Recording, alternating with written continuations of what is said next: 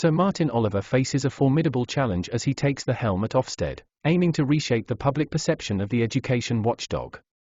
His tenure began with a bold decision. Routine school inspections will be put on hold until inspectors undergo weeks of significant training. This move is in direct response to the inquest into the tragic death of headteacher Ruth Perry, where the coroner linked the incident to an Ofsted inspection and expressed concerns about the inspection process. Unlike his predecessor, Amanda Spielman, who faced criticism for perceived inaction, Sir Martyn is taking a proactive approach. He emphasizes the need for an emergency response, clear communication, and an immediate halt to routine inspections until he is satisfied that lead inspectors have received external and expert training. Notably, inspections related to safeguarding concerns will continue. In his first week, Sir Martyn has set the tone for his leadership by arranging a meeting with Professor Julia Waters, the sister of Ruth Perry. This gesture underscores his commitment to listening to the family and addressing concerns within the sector promptly. He acknowledges the urgency of the situation and aims to instigate a fresh start for Ofsted in 2024. Sir Martyn's background as a former head and multi-academy trust leader positions him uniquely to understand the challenges faced by schools. His experience leading Outward Grange Academy's trust, a 41-school MAT, for 7 years, provides insights into both the successes and criticisms of a large academy trust. The trust received praise for raising standards but also faced scrutiny for its stringent discipline approach and centralized leadership style. One of Sir Martyn's key priorities is to rebuild the trust that Ofsted has lost within the education sector. The watchdog has faced mounting pressure for major reform, and as detailed by Charlotte Santry in TESS last summer, the challenges are multiple and complex. Sir Martyn wants to convey that he understands these challenges firsthand. By conducting his first interview in a primary school in York, where he will be based as Chief Inspector, he sends a clear signal. He sees himself as part of the education community, not an outsider dictating policies from London. During his tenure at Outward Grange Academy's trust, Sir Martyn was a vocal critic of the existing Ofsted school inspection framework, aligning himself with many educators who found fault with its approach. Now, as Chief Inspector, he acknowledges the criticism and asserts the need for a non-defensive response.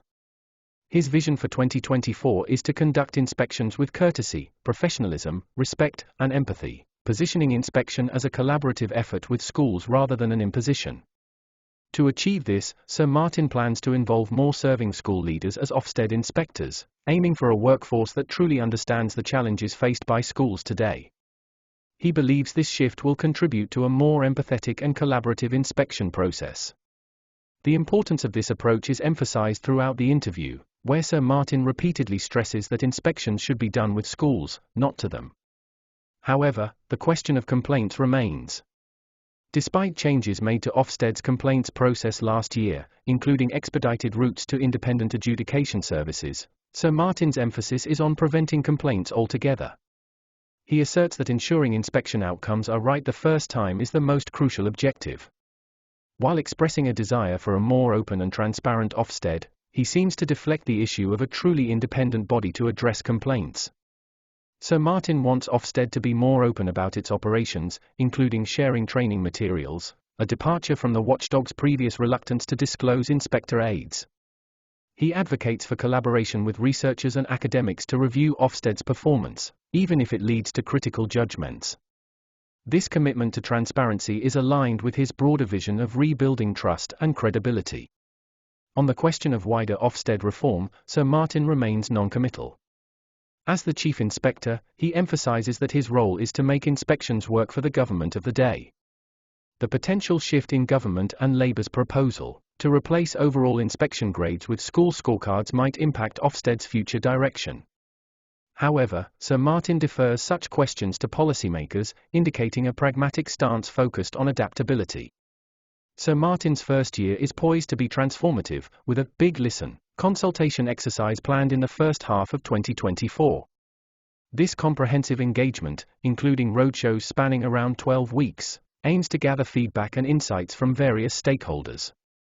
Among the focal points is the content of school inspection reports, with Sir Martyn expressing a desire to ensure these reports effectively serve parents. In conclusion, Sir Martyn Oliver's leadership at Ofsted faces the complex challenge of rebuilding trust, overhauling perceptions, and implementing meaningful reform. His proactive response to the concerns raised by the Ruth Perry inquest demonstrates a commitment to accountability and improvement. The success of his tenure will likely hinge on his ability to navigate the intricate landscape of education, engage with diverse perspectives, and bring about positive change within Ofsted.